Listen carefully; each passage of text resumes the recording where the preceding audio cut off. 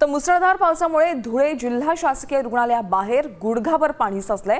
यामुळे उपचारासाठी दूरवरून येणाऱ्या रुग्ण आणि नातेवाईकांना परिस्थितीतून मोठी कसरत करत रुग्णालयात प्रवेश करावा लागतोय। प्रशासनाच्या ढिसाळ कारभाराचा फटका थेट सर्वसामान्य रुग्णांना बसतोय।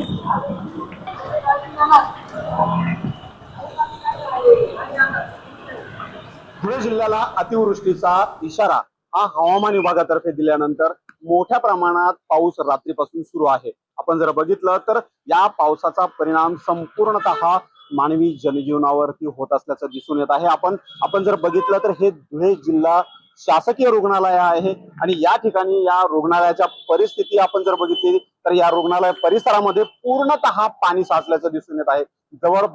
जवळपास गुडघाभर पाणी या ठिकाणी साचलेलं आहे आणि या ठिकाणी जे रुग्ण आहेत त्यांच्या नातेवाईकांना आणि रुग्णांना आणण्यामध्ये नागरिकांना मोठ्या प्रमाणात त्रासाला सामोरे जावं लागत आहे। आपण जर बघितलं तर नागरिक कशा पद्धतीने गुडघाभर पाण्यामध्ये या ठिकाणी रुग्णांचे जे नातेवाईक आहेत ते या ठिकाणी मोठ्या प्रमाणात कसरत करत असल्याचे दिसून येत आहेत आणि ही सर्व दृश्य आपण धुळे जिल्हा शासकीय रुग्णालयाची बघत आहोत। यामुळे या पूर परिस्थितीमुळे आता या रुग्णालयामध्ये येणाऱ्या सर्व रुग्णांना आणि त्यांच्या नातेवाईकांना मोठी कसरत करावी लागत असल्याचे दिसून येत आहे।